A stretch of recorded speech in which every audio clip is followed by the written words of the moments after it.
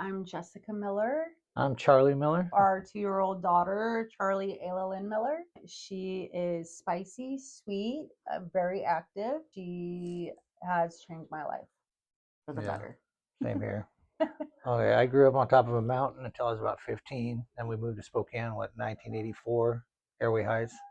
Started running around, drinking, getting carried away, drugging, I guess. I'm pretty well known in Spokane. I ran around with a pretty tough crew for quite a long time until this one came along. Then I kind of slowed down. So I've been involved in the drug scene in this town for probably 35 years, doing the best we can. So I'm from Colville, Washington, and my mom moved me to Spokane, Washington when I was 4 after she had divorced my dad. There was some alcohol in the house. A lot of people, it was kind of like a party house. My mom made sure that we did a lot of like camping and doing, boating and doing a lot of outside stuff within the house. But there was a lot of alcohol, and my whole drug use started from alcohol when I was about 14 years old. I was into sports and stuff like that until I got into heavy drinking and smoking pot. Went from there. My later 20s, I started to dabble in harder drugs. I had a span of where I was not using drugs and alcohol for quite a few years. There for a little bit, I didn't know that I was pregnant with Charlie. I had already lost my job at Sacred Heart, and I was already getting deeper into my addiction. We were living in a Honda Pilot for a little while. That was the only thing that was keeping us going, was stealing all the time, not hanging out with the best crowd in the world. The drugs that we were doing, it would have been really painful to just go ahead and stop doing the drugs. I tried to seek help through Sparks, did their inpatient program. Graduated that, still was having a hard time getting off the drugs. Yeah, I found out when I was in treatment that I was pregnant with Charlie. But then I did find out about the methadone program. I started going to the methadone clinic every day. That was helping me to stay away from the harder drugs. I gave birth to Charlie at Sacred Heart Hospital. She was born on August 7th, 2023. That day that she was born, she changed my life. We ended up having to go stay at a shelter. She damn near died, giving birth to Charlie. It didn't help any that we were at a motel room. And to tell you the honest God truth, it was going through my head. Maybe we could possibly deliver the baby there. This is my idea. We bought a bunch of everything sterile, everything like that. I started watching YouTube videos, and we're thinking CPS is going to take our baby. Yeah. And it was a very ugly scene, and this is what was going through my head. The baby wasn't coming. I had preeclampsia. About 3 hours into it, screaming. So they took her in the ambulance.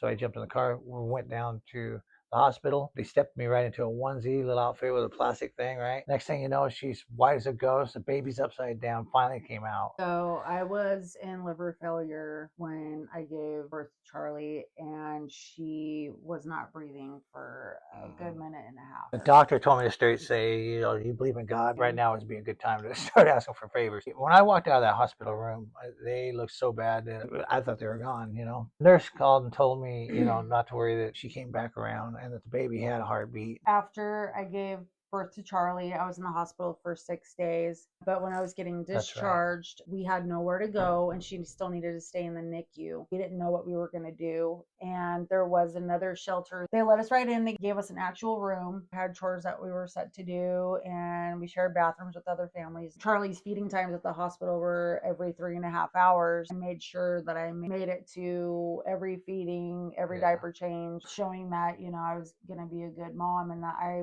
really wanted to get my life together. And not only that, every time we went in at the hospital, they had to make sure we took everything out of our pockets and put it down, everything. We were still not ready to be done yet, even after all of that. I mean, drug addiction is just, I can't believe how hard that whole thing was. Just so hard to get away from. We were still trying to figure out how we were going to get to the methadone clinic every morning, still get our fix and stuff. And dealing with my court stuff and everything, because I had tons of court stuff and Sparks treatment that I was going through. And so we went to do... And getting high. I had to balance it all, Yeah.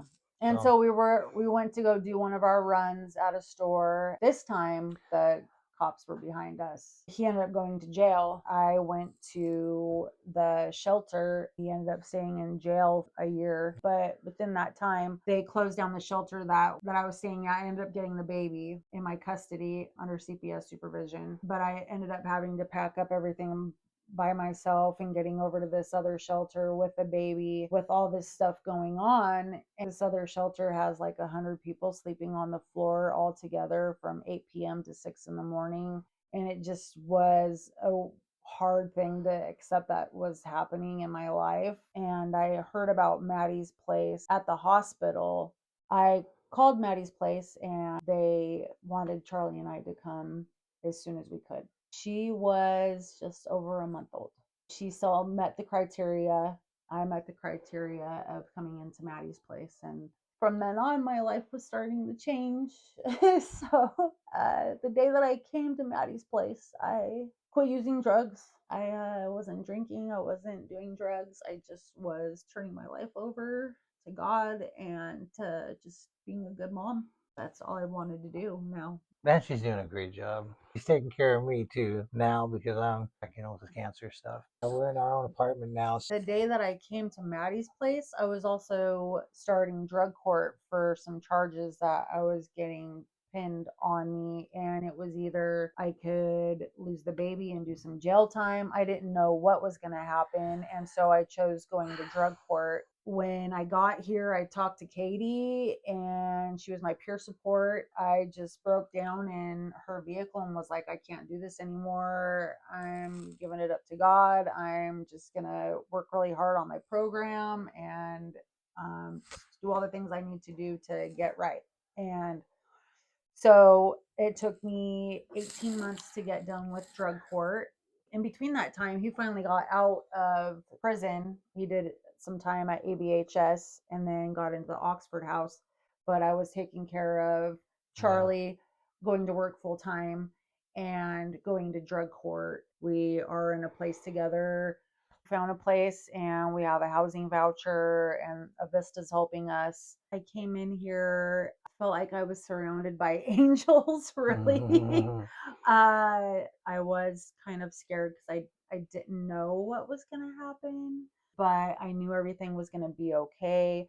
Everybody was cool about showing me around right away and showed me the amazing kitchen that I was able to cook in because I love to cook. And when we came in, I was shown our room that my daughter and I were going to share together. Yeah. A tremendous weight off my shoulders, I was like, God, because I didn't know what to think, At first, when I first got arrested, I knew I was just thinking it was all over.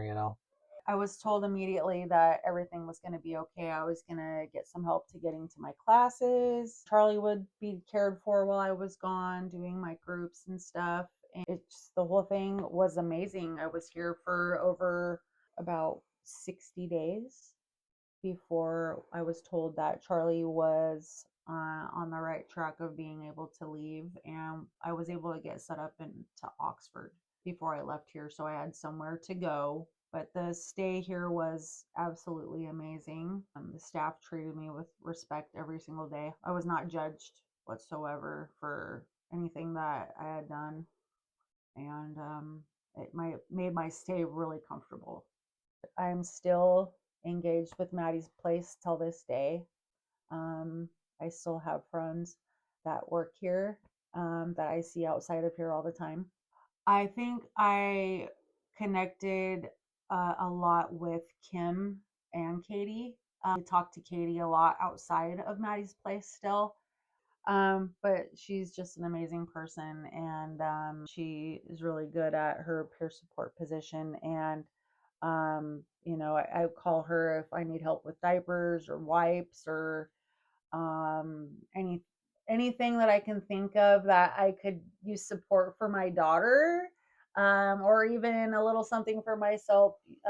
Usually, Katie is right there, right by my side, helping us out. So I really don't ever have to feel like we're alone in this on raising my daughter. So that helps out a lot. I knew I needed help, and I just needed to jump into it. And there was a lot going on in my life at that moment. And Things could have changed dramatically in a different way for me if I just didn't throw myself into it. So that I was kind of ready for it.